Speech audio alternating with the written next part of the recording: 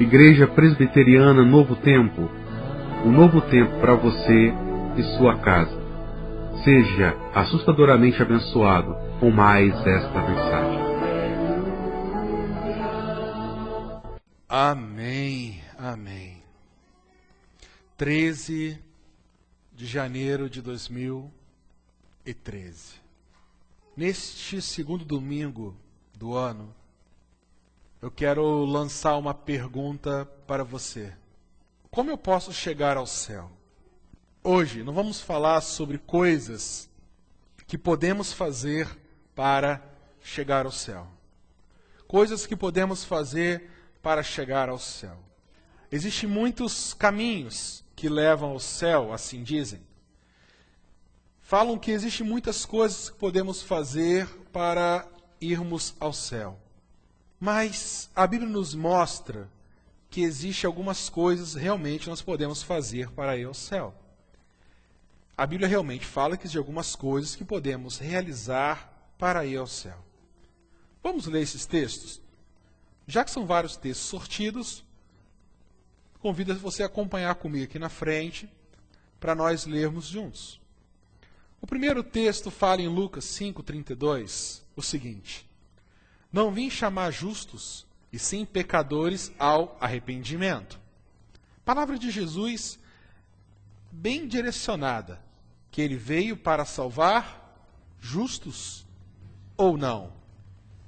Não veio para salvar justos, mas veio para salvar pecadores. No texto de Mateus ele fala que veio salvar os doentes e não os sãos. Lucas capítulo 20 fala: então olhando ele para os seus discípulos disse: bem-aventurado vós os pobres, porque vosso é o reino de Deus. A partir desse texto, Jesus começa a explicar como nós podemos ser salvos. Ou, em outras palavras, as características que precisamos ter para sermos salvos. Por isso, que existem algumas coisas que podemos fazer para ser salvo. No texto seguinte, lá em Marcos 10:15, nos ensina que, em verdade vos digo, quem não receber o reino de Deus como uma criança, de maneira nenhuma entrará nele. O ensino de Jesus é direto e reto. Para eu ir para o céu, eu preciso fazer uma coisa. Eu preciso ser como uma criança. É isso que o texto diz? Então existe uma coisa que eu posso fazer para ir ao céu. Eu preciso ser como uma criança. E a terceira coisa que eu posso fazer para ir ao céu é Mateus 21:31, que diz: qual dos dois fez a vontade do Pai? Disseram: o segundo. Declarou-lhes Jesus: em verdade vos digo que publicanos e meretrizes vos precedem no reino de Deus. O que Jesus Cristo disse, de acordo com esses dois textos, é o seguinte: que eu preciso fazer 3 coisas para entrar no reino dos céus. Quais são as 3 coisas? Eu preciso ser uma pessoa pobre, eu preciso ser uma criança e eu preciso ser um pecador, publicano ou meretriz. Eu falei alguma coisa errada, antibíblica aqui? Está no texto. Gente, aí eu comecei a perguntar no texto, eu queria entender o que o texto está dizendo, porque eu fiquei em crise. Eu comecei a perguntar: Deus, vem cá, o que os pobres, o que as crianças, o que os pecadores, que são publicanos, prostitutas, meretrizes, né, possuem como característica para serem exemplo de pessoas que entram no reino dos céus? O que eles têm? O que eles possuem que faz deles merecedores do reino dos céus? Por que eu preciso me tornar uma criança para entrar no reino dos céus? Por que eu preciso me tornar como uma criança? A criança é pura? A Bíblia fala que não, a Bíblia fala que em pecado concebeu minha mãe, que a criança já nasce impura. Por que eu preciso ser pobre para entrar no reino dos céus? Porque o pobre está sofrendo muito na terra, então tem que ter uma palhinha no céu? Não. Por que os publicanos, ladrões, meretrizes, prostitutas, por que eles já possuem o reino dos céus? Tem primazia no reino dos céus do que pessoas justas, que conhecem bem a Bíblia, que era o caso dos fariseus e publicanos. Fariseus, perdoe-me, e os saduceus. O que eles tinham? Vamos entender? Vamos entender alguma coisa. Vamos entender os princípios, essas três palavras. Vamos entender essas três palavras dentro do contexto de Cristo. Primeira coisa, na época de Jesus, quem era o pobre? Pobre era a pessoa que não possuía literalmente nada. Gente, eu vou afirmar algo aqui. Eu acredito que não estou errado, mas nos grandes centros urbanos não existe pobre, como na época de Jesus. Na época de Jesus, o pobre, ele literalmente não tinha nada. Ele não tinha teto nem ponte para ficar embaixo. Ele não tinha blusa no frio. Ele não tinha comida. Ele não tinha trabalho. O texto aqui é pobre, não é mendigo. Ele não quis viver em mendicância. O pobre, na época bíblica, que era, infelizmente, a maioria da população da época, era um estado deplorável. Lembra aquela parábola dos trabalhadores? Que um começou no início da manhã e trabalhou até o final do dia, outro começou às 9 horas, outro começou no meio-dia, outro começou às 3 horas, e outro começou faltando 1 hora para acabar o serviço, e na hora de receber, todos receberam um denário. Lembra dessa parábola? Onde as pessoas ficaram nervosas. Poxa, por que eu, que trabalhei o dia inteiro debaixo daquele sol do Oriente Médio, ganhei um denário, e a pessoa que chegou agora, 1 hora da tarde, também ganha um denário? É porque naquela época, Jesus Cristo quis dizer lá o quê? Que a graça de Deus, ela é tão suficiente que não interessa você chegar antes ou depois. Isso é bem entendido? Mas, socialmente, é que naquela época, sabe quanto custava um prato de comida? Um prato feito, um marmitex? 1 denário. 1 denário. Era a moeda da época. Todo mundo estava com fome. Se ele pagasse menos de 1 denário, o cara não ia conseguir comer. O pobre da época trabalhava literalmente para um prato de comida. Espera aí, um pai de família trabalha o dia inteiro para comer um prato de comida? E a esposa? E o filho? Entendeu o que significa ser pobre na época de Jesus? Não é à toa que Cristo falou para aqueles que iam fazer missão, que eles só deveriam levar o quê? Uma mochilinha, a sua capa. E se eles achassem um local só para encostar a cabeça, não falou um teto, só um local, uma pedrinha, para encostar a cabeça, eles já tinham que ser muito bem agradecidos. Este é o pobre na época de Jesus. Pergunto, você é pobre na época de Jesus? Quem tinha casa na época de Jesus, era considerado classe média, só por ter um teto em cima. Quem eram as crianças na época de Jesus? As crianças na época de Jesus é as mesmas crianças de hoje em dia, não mudaram nada. Criança é criança. Criança não mudou nada. O que muda é a roupa, uma brincadeira. Criança é criança, não muda nada. Era a criança que fazia bagunça, que fazia traquinagem, e na hora do vamos ver, que corria direto para os seus responsáveis, seus pais. Eu estava vendo um vídeo na internet que me emocionou muito. Eu queria passar para vocês. Preste atenção. Olha que cabelo lindo. Ela viu seus pais chegando.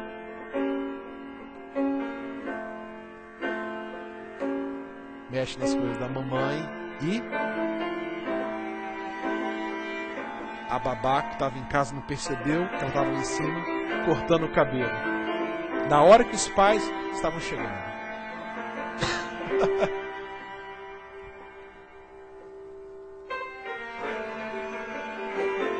O irmão dela estava vindo de uma quimioterapia. Ela doou o cabelo dela para o irmão. Dentro da infantilidade. Criança é igual em qualquer lugar. Ela achou que poderia doar o cabelo para o irmão dela. Aí o irmão percebeu a profundidade do que ela fez. Eu fico com o seu cabelo e você fica com o meu boné, então. Criança é criança. Só que os publicanos, os pecadores na época de Jesus, era diferente de hoje em dia. Hoje em dia é orgulho participar da parada gay. Na verdade não é o nome isso? Orgulho gay. Hoje em dia, prostituição, uma boa quantidade de brasileiros já estão defendendo como profissão.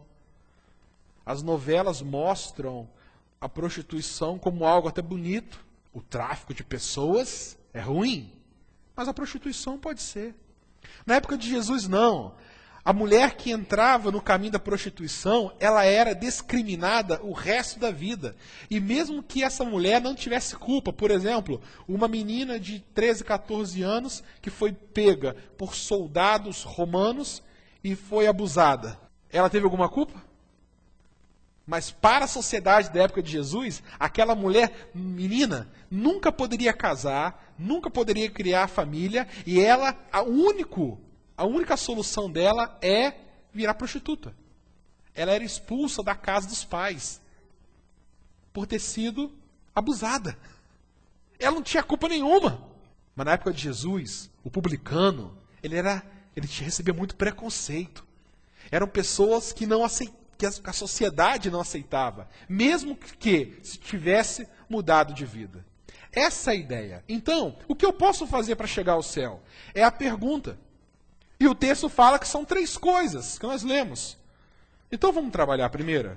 Sabe qual é a primeira coisa que eu posso fazer para entrar no céu? Sabe qual é a primeira? Lembro dos pobres? Está lá. Sabe qual é a primeira coisa que eu posso fazer para entrar no reino dos céus? Nada. Eu não posso oferecer nada a Deus. As minhas oferendas são inúteis a Deus. Quando as pessoas preparam aqueles bacias com frango, com farofinha, acende velas, pula onda, tenta oferecer para o seu Deus, isso não adianta nada, porque só existe um Deus.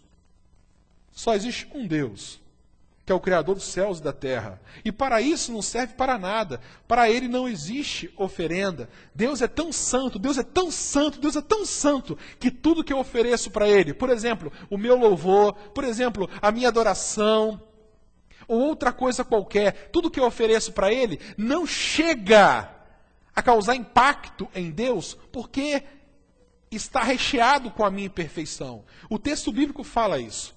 Em Efésios 2:9 diz que não por obras, para que ninguém se glorie, que eu não posso oferecer nada a Deus, porque no momento que eu consigo oferecer, eu vou começar a perceber que eu sou melhor. Então, o que o pobre podia oferecer a Deus? Pergunto. Nada. E vamos continuar então. O que as crianças podem oferecer a Deus? Nada. Criança é criança. O que a criança, na sua infantilidade, pode oferecer a Deus? Aquela criança que cortou o cabelo, aquele cabelo serviu para o irmão? Aquele cabelo alegrou o coração dos pais? Pode ter alegrado do sentimento de tentar sofrer com o irmão, mas o sentimento, tudo foi bonitinho. Mas o interessa que aquele cabelo que ela cortou vai ter que ter raspado, de tanta falha que ela fez. Não serviu para nada. O irmão continuou com câncer. E os pecadores? O que os pecadores podem oferecer a Deus? Eles são pecadores, não tem nada que eles podem oferecer a Deus. Lembra daquela história que Cristo contava? Que um fariseu entrou na igreja e na igreja dizia: ó Senhor, muito obrigado, porque eu não sou um ladrão, porque eu oro, porque eu leio, porque eu faço. E lá atrás tinha um publicano, quietinho, dizendo: ó Deus, me perdoa por eu ser pecador. Aí Cristo fala: qual dos dois saíram justificados da igreja? O publicano. Sabe o que o publicano pode oferecer a Deus? Nada. A primeira coisa que eu posso fazer para ser salvo, para chegar ao céu, é nada. E a segunda coisa que eu posso fazer para chegar ao céu? Sabe qual é a segunda coisa que eu posso fazer para chegar ao céu? Alguém sabe? Alguém sabe? Nada. Nada de novo. A segunda coisa que eu posso fazer para entrar no reino dos céus é nada. Eu não posso confiar em nada. Nada. Eu não posso confiar em nada. tudo que eu fiz de bom, meu amado, tudo que eu fiz de bom, eu não posso confiar. Tudo que eu fiz de bom na minha história, eu não posso confiar, não é suficiente para Deus. Sabe por quê? Porque tudo que eu fiz na minha história foi escrita com a tinta do pecado. Você pode apresentar o melhor papel para Deus. Me ajuda em nome de papel. Papel sulfite, papel VG, eu posso comprar um papel de seda, eu posso comprar o papel mais caro do mundo, posso pegar um papiro, eu posso pegar qualquer tipo de local para me escrever, eu posso pegar uma placa de ouro para escrever algo para oferecer a Deus. Não interessa que a tinta que eu vou escrever é a tinta do pecado. A Bíblia diz que eu nasci na iniquidade e em pecado concebeu a minha mãe. Tudo que eu vou fazer para Deus é escrito com a caneta do pecado. Porque eu sou, como você, pecador. Há alguém aqui que não é? Levanta a mão. Porque se alguém levantar a mão, diz a palavra que você é mentiroso. Em 1 João 1 diz que aquele que diz que não tem pecado é mentiroso. Porque todos pecaram. Romanos nos revela. Por isso eles carecem da glória de Deus. Então, em que, em si mesmo, o pobre pode confiar? Em quem, então, o pobre pode confiar? Em nada. Porque o pobre, ele não pode confiar nada, porque ele não tem nada. O pobre na época de Jesus era o cara que não tinha nada. Jesus Cristo, quando usa a ilustração, olha, você precisa ser pobre para entrar no reino dos céus, ele está pegando alguém que não é nada. Que para ele, seguir Jesus, ele não tem que abrir mão de nada. Por isso que é fácil ir para o reino dos céus o pobre. Porque para ele não tem que abrir mão de nada. Ele não tem mais nada. Você está entendendo o que é nada? Vocês estão conseguindo entender a profundidade da palavra nada para um pobre na época de Jesus? Ele ia para o céu sim, porque ele não tinha que abrir mão de nada. Geralmente não tinha nem família, porque não tinha como sustentar. Ele não tinha nada. Porque ele consegue se entregar totalmente, ele não tem nada a perder. Eu vou seguir a Jesus. O que eu perco? Nada. E as crianças? Em que as crianças podem confiar? De novo, em nada. Porque a confiança da criança não está naquilo que ela pode produzir. Porque na hora do vamos ver, quem teve filho pequeno vai lembrar, na hora do vamos ver, o que a criança faz? Ela vai correndo para o colo do pai, ou da mãe, ou daquele que ela ama, que ela confia, e pede ajuda. E se ela estiver em crise, ou chorando muito, quando ela deita no colo do pai ou da mãe, ela chega até a dormir. Por isso que eu preciso ser como criança para entrar no reino dos céus. Eu preciso literalmente deitar no colo de Deus. Eu preciso entender que eu não posso oferecer nada a Deus. E os pecadores? Em que os pecadores confiam para serem salvos? De novo, em nada. Porque são pecadores, não há outra esperança. A esperança de alguém pecador é colocado 100% nas misericórdias de Deus. Ah, que história bonita daquela mulher que ia ser apedrejada. Alguns historiadores falam que é Maria Madalena, mas não temos certeza. Mas fato é que aquela mulher que estava para ser apedrejada, Jesus Cristo levanta e diz: aquele que não tem pecado, atira a primeira pedra. O Espírito comoveu o coração de todos, mostrando para ele os seus pecados. Diz o texto que um a um foi saindo, por perceber que também era tão pecador quanto aquela mulher. E aquela mulher chega perto de Jesus, olha para ele, e ele vira para ela e fala: vá e não peques mais, porque eu não vou te condenar. Eu também não vou te condenar. Eu posso, mas eu também não vou. Aquela mulher recebeu misericórdia de Deus. O pecador só pode receber misericórdia de Deus. Ele sabe que ele é tão pecador, que não existe nada que ele possa fazer que seja suficiente, bom, para agradar Deus. Ele se entrega totalmente para Deus. Em outras palavras, então, em primeiro lugar, o que eu posso fazer para chegar ao céu? Nada. Em segundo lugar, o que eu posso fazer para chegar ao céu? Tem uma terceira coisa. Eu acho que na terceira coisa tem alguma coisa. Será que na terceira coisa vai ter alguma coisa? Ou na coisa não vai ter coisa? Ou uma coisa, outra coisa, outra coisa? Sabe qual é a terceira? A terceira coisa que eu posso fazer para entrar nos céus? Nada. Decoraram? Vamos repetir comigo? Qual é a terceira coisa que eu posso fazer para entrar no céu? Nada. É o princípio do peixe. Conhece o princípio do peixe? O princípio do peixe é, o que o peixe faz o dia inteiro dentro do aquário, do rio, do lago? Nada. Ele nada o dia inteiro. Nada. Eu não posso conquistar literalmente nada. Eu não posso conquistar literalmente nada. Toda a humanidade está morta espiritualmente. É isso que Deus está dizendo. Toda a humanidade está morta espiritualmente. Por isso que Efésios fala que Ele me deu vida, estando eu, estando você, estando nós mortos em vossos delitos e pecados. Gente, os pobres, as prostitutas, meretrizes, publicanos, as crianças, eles não podem conquistar nada, por isso que Cristo usou o exemplo deles. Porque morto não conquista nada, morto é morto, morto não deseja, morto não aceita Jesus, morto não quer.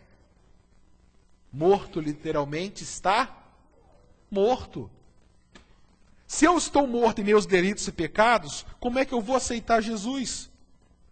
Porque se eu pudesse aceitar Jesus, eu estaria fazendo nada? Ou estaria fazendo alguma coisa? Eu estaria fazendo. Por isso que salvação, em resumo, é nada mais, nada menos do que o ato da ressurreição. É quando Deus me ressurge da morte espiritual para a vida. E uma vez acontecendo esta ressurreição, é neste momento que meus olhos se abrem e eu vejo. E é nesse momento que, se eu pecava, eu não peco. Se adulterava, matava, roubava, não mato, não roubo, não adultero mais. É quando Cristo me ressuscita. E nessa ressurreição, eu abro os meus lábios e digo, eu aceito Jesus. Não é verdade? Eu aceito aquilo que eu já tenho. Ressurreição em Cristo Jesus. É tremendo. Cristo me ressurge. Ele me faz novamente, me dá vida. Por isso que eu nada posso fazer. Por isso, o que os pobres podiam conquistar, os pobres nada podiam conquistar. As crianças nada podiam conquistar. Porque os pobres não tinham ferramenta, não tinham nada para fazer à altura da santidade de Deus. As crianças, de novo, nada podiam conquistar para Deus, porque as crianças não possuem capacidade, instrução, nem nada à altura de Deus. Também, meus amados pecadores, eles também não poderiam fazer nada para Deus, porque eles não tinham moral para fazer algo para Deus. Por isso que Cristo utiliza que os pecadores, as prostitutas e as crianças, que delas são o reino dos céus, porque eles não podem fazer nada para serem salvos. Nada. Vocês decoraram as 3 coisas que eu posso fazer para ser salvo? A primeira, a segunda e a terceira é o princípio do peixe. É o princípio do peixe. Nada. Então a gente pode concluir então. Já que nada ofereço. Vamos raciocinar comigo aqui, por favor. Já que nada eu ofereço. Já que em nada eu posso confiar. Já que nada eu conquisto, para chegar ao céu, eu preciso de quê? De depender como um pobre. Eu preciso descansar como uma criança descansa. Eu preciso receber como um pecador Jesus como Senhor e Salvador. Por isso que Jesus é tudo. Olha, observem esses 3 verbos: depender, descansar e receber. Irmãos, pobres não podem nada. Crianças confiam em seus pais. Pecadores não merecem nenhum benefício.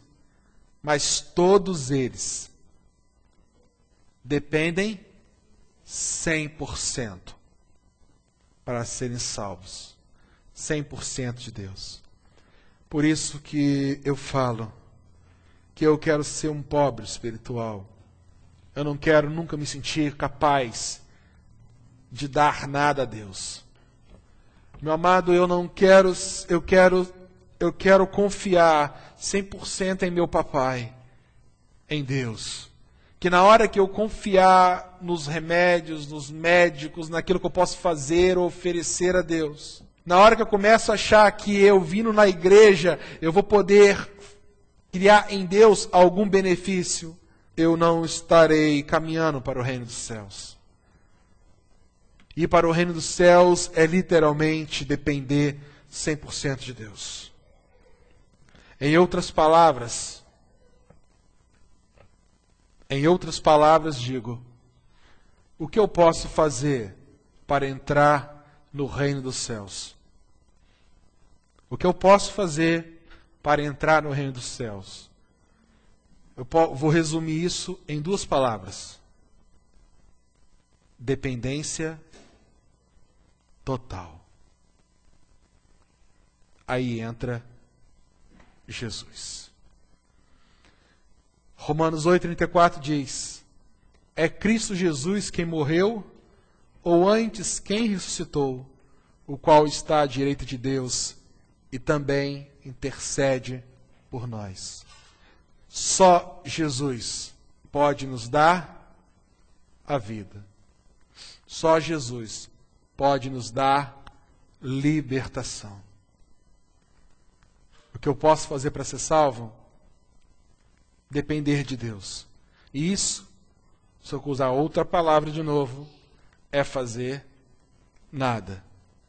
É fazer como criança. É deitar no colo de Deus e descansar. É dormir. Mas pastor, eu não preciso buscar, eu não preciso orar para ser salvo, não.